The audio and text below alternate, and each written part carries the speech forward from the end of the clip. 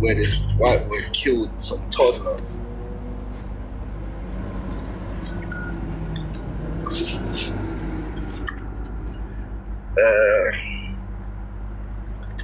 And then he actually, what happened was he made a phone call. Let's see if I could find it. He made a phone call to his mother, and obviously having the high IQ that he possesses, because these Edomites have high IQs. They're just super intelligent. I don't even know. There's not really a scale you can put their intelligence on. That's how intelligent they are. How do I find this video? Hey, Shalom. How do I find this video? One man kills toddler, tells mom he will get away with it. Will that find it? What can I put in? I wish I could find it. It is on YouTube.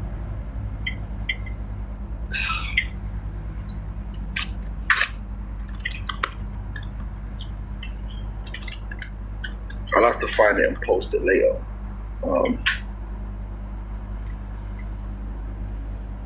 Here we go. This guy. So basically, what this he did, right? This high IQ individual. Because remember, these Edomites are of the highest IQ. They're so smart. So what this high IQ first worlder did was he killed this toddler, and when he was in jail on phone to his mom, because obviously having the high IQ, he understood that these phone calls are recorded. Okay, so this must have been part of his plan, right? He was recorded telling his mother that he's got blonde hair and blue eyes, and all he has to do is cry in the court, and the judge will give him a light sentence because he's got blonde hair and blue eyes. He said that, and so obviously it was recorded, and the record got back to the judge. So when the judge heard that, the judge gave him the maximum, which must have been his plan, because obviously he's a high IQ first worlder. So let's see if we can watch this. And this is what I'm telling you. You know, this is something that Edomites know and understand, that they can get away with things, or they can get more leniency automatically because of that witchcraft of they're this pure and good and white and righteous people. And a lot of it goes back to this guy, Cesare Borgia, you know, that image, that Christian image of love and all this stuff. This guy, you know, a lot of it goes back to that. You know, a lot of it goes back to this. See it, Psalm 73 and 5. They don't have troubles like other people. They're not plagued with problems like everyone. They wear pride like a jeweled necklace and clothe themselves with cruelty. And they truly are a cruel people. Very cruel and demonic and hateful people. And they will find every excuse to be such. Let's play this real quick. See how he's all crying, and you see the look on his face. You know, this is all planned. This was a pre-planned act that he spoke to his mother about. I would give my life for Austin. I love him a lot. A young convicted killer cries in court before learning his fate for the violent murder of his girlfriend's son. Good evening, everyone. The death of young Austin Smith shocked many people, but what his killer said in court today is guaranteed to shock you. It's heart-wrenching, but not in the way you might think. That's right, Don. Something else unexpected happened in that courtroom this morning. News 4's Brittany Smallwood was there. She can tell us what happened. Jackie, as soon as the case was called, things got intense. Before Dylan Shoemaker could even get situated behind the defense stand, he started crying and telling everyone how sorry he was. I didn't mean to kill Austin. I really didn't. I really think I did. I didn't mean to hurt him. Dylan Shoemaker walked into a state Supreme courtroom pleading his case. Come, look at this, man. Hey, look at it. This pre-planned act, because he's blonde with blue eyes. He thought this was going to work. You know, the high IQ first worlder. Telling his victim's mother and the court he's remorseful for what he did. Shoemaker was sentenced Friday for beating 23-month-old Austin Smith last March. Before the sentence was handed down, Shoemaker was selling drugs out the house. There was all kind of madness going on. But of course, you know, we can't really believe this story because he's a so-called white man. Why would a white man be involved in nefarious activity and drugs and things of this nature? You know, maybe someone else is framing it. This can't be true, can it?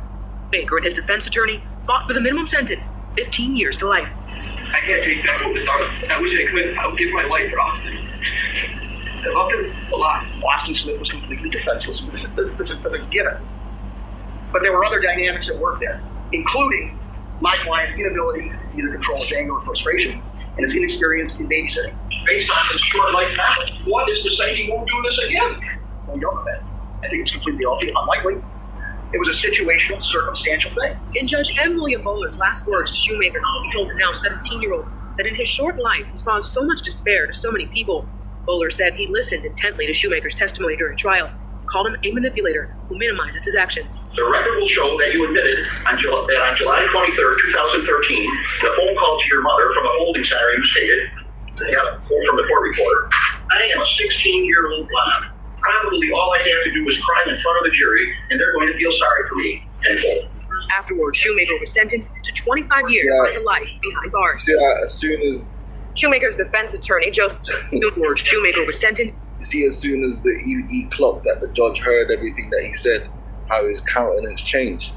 The devil that the Bible speaks of. I'm gonna put the link in the description box right now.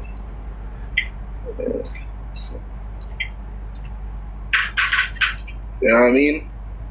So this ain't, he knew that, but obviously it backfired on him, innit? Yeah. Let's go back to this term white.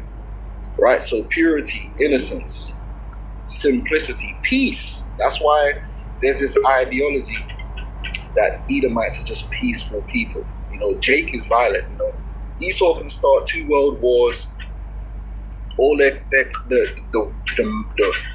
mechanism of war is driven by Esau, the military-industrial complex. This man could be at constant war, yet he would be seen as the peacemaker, Nobel Peace Prize, and all this foolishness.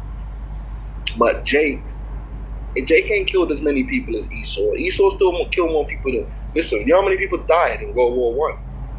You think the Bloods and the Crips have killed enough people to meet her up to World War I or even World War II?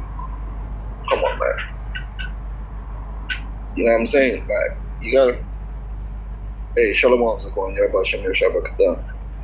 Hey, Shalom Zakwan, Yahweh Bashim Shai, Bashim Shabakata, Shalom to all you out here. Want to comment for you? Yahweh Bashim Shai, Bashim Shabakata. Khan, you wanted to say something? No, I'm just looking it up on ChatGPT. How many people has white supremacy killed? I'm just asking ChatGPT, Supreme. I mean, I know they ain't gotta get into a number, but how many people has? Yep.